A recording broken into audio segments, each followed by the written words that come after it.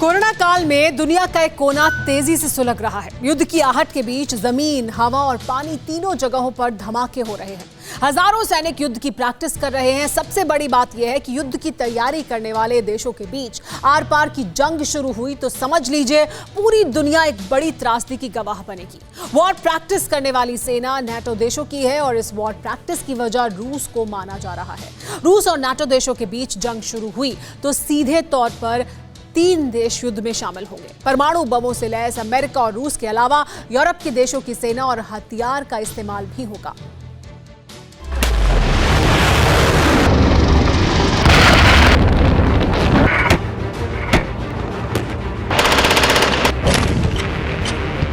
ये तो सिर्फ ट्रेलर है।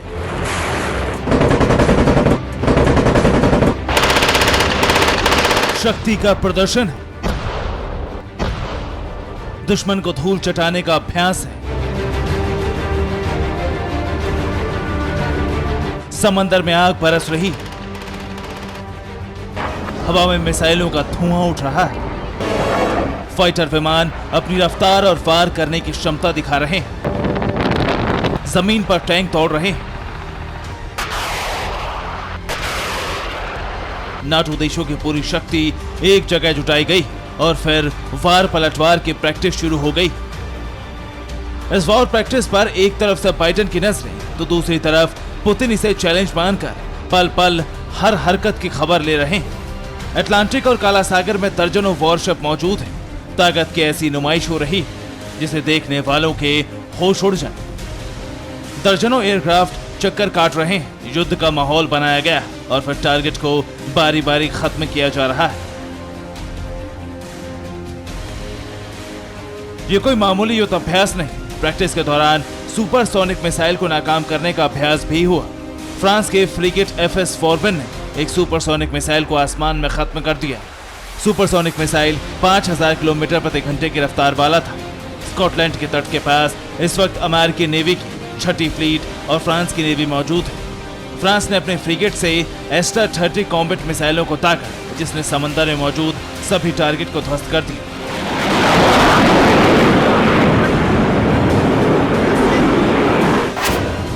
ये पहला कॉम्बैट आर्म्ड मिसाइल का इस्तेमाल था। ये एंटी एयर मिसाइल सिस्टम का अपग्रेड वर्जन है। ये एंटी एयरक्राफ्ट वॉरफेयर सिस्टम से भी लैस है। फिलहाल फ्रांस, ब्रिटेन और इटली के पास ये मिसाइल है। युद्ध अभ्यास का नेतृत्व अमेरिका कर रहा है और 3000 सैनिकों के साथ करीब 10 नाटो देशों की तीनों सेनाओं ने इसमें हिस्सा लिया है। समंदर में 15 वॉरशिप मौजूद है, जबकि 10 एयरक्राफ्ट भी प्रैक्टिस में शामिल किए गए हैं। एस्टर 30 मिसाइलों के टेस्ट से अमेरिका और फ्रांस ये संदेश दे रहे हैं कि भले ही रूस के पास सुपरसोनिक और बैलिस्टिक मिसाइलों का जखीरा हो, लेकिन नाटो देशों के पास ऐसे मिसाइलों का भी इलाज मौजूद है। फ्रांस का एफएस फॉर्बिन एक बड़ा एंटी एयर फ्रिगेट है, जिसकी समंदर में मौजूदगी तय करती है कि कोई भी बैलिस्टिक या सुपरसोनिक मिसाइल किसी भी वॉरशिप को खत्म नहीं कर सकती।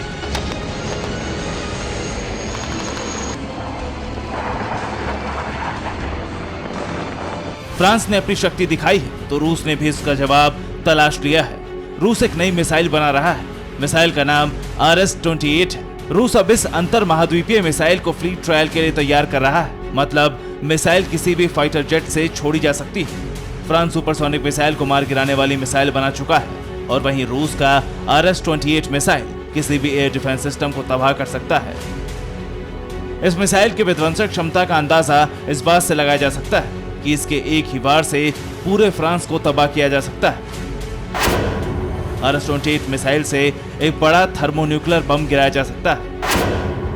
RS-28 मिसाइल 16 छोटे परमाणु बम एक साथ ले जा सकती है। इसका एक एक वॉरहेड अलग अलग लक्ष्य को तबाह कर सकता है। RS-28 मिसाइल SS-18 का मॉडर्न और अपग्रेडेड वर्जन कहा जा सकता है। नाटो देशों को इस वक्त रूस एक बड़ा खतरा लग रहा है। हालांकि पुतिन के पावर शो की आदत नई बात नहीं है, लेकिन नाटो देशों के सचेत होने और फिर जंग की तैयारी करने के पीछे की वजह रूस की आर्मी मूवमेंट है। पिछले महीने रूस की सेना यूक्रेन की सीमा के करीब पहुंची। रूस ने भारी तादाद में सैनिक और भारी हथियार तैनात किए। यूक्रेन के एक बड़े हिस्से में रूस समर्थित अलगाववादियों का कब्जा है। यूक्रेन की सीमा पर रूस की हेकड़ी को देखते हुए ही नाटो देशों ने युद्ध अभ्यास में भारी हथियारों का प्रदर्शन किया है। माना जा रहा है कि अमेरिका इन नाटो देशों के बीच कोऑर्डिनेशन को बेहतर बनाने के लिए कर रहा है। यूरोप के तमाम शक्तिशाली देशों की एकता को भी मजबूत किया जा रहा है ताकि रूस को उसकी हद में रखा जा सके। यूक्रेन के अलावा एक और मुद्दा काला सागर का भी है। काला सागर में रूस वर्चस्व बढ़ा रहा है और यही वजह है कि काला सागर में भी युद्ध अभ्यास किया जा रहा है। काला सागर में अमेरिका के अलावा कई नाटो देशों के वॉरशिप मौजूद हैं। अमेरिका और नाटो देश काला सागर को रूस के शिकंजे से पूरी तरह से दूर करना चाहते हैं। नाटो के महासचिव का कहना है कि इस वॉर प्रैक्टिस का यही संदेश है कि नाटो पूरी तरह से तैयार है। अगर इसके किसी भी सदस्य यानी 30 देशों में से किसी पर भी हमला हुआ तो सभी मिलकर मुकाबला करेंगे। समझ लीजिए ये पुतिन को सीधी चुनौती और धमकी है। एक तरफ तनातनी है तो दूसरी तरफ पुतिन और बाइडेन की मुलाकात होने वाली है। 16 जून को दोनों स्विट्जरलैंड में मिलेंगे। एक्सपर्ट्स मानते हैं कि इस मुलाकात से बहुत कुछ नहीं निकलेगा,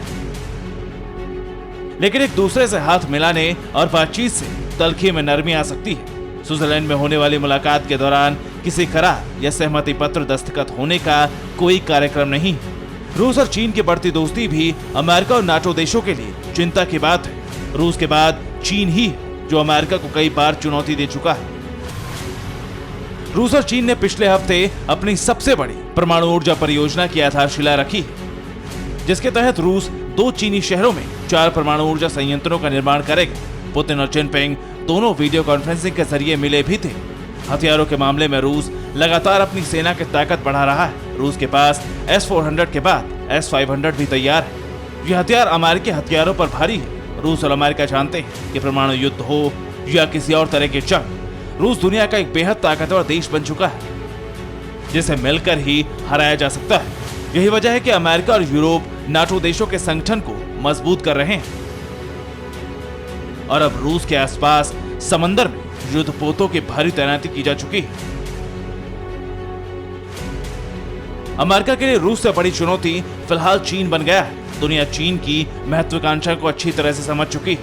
ऐसे में अगर रूस ने चीन की मदद की तो चीन अमेरिका और यूरोप पर हावी होने की कोशिश कर सकता है। इसीलिए साउथ चाइना सी से लेकर काला सागर तक यूरोप और अमेरिका के वॉरशिप और एयरक्राफ्ट कैरियर के मूवमेंट बनाई जा रही है ताकि दोनों ही जगहों पर नाटो की सेना के लिए पहुंच को और आसान बनाया जा सके।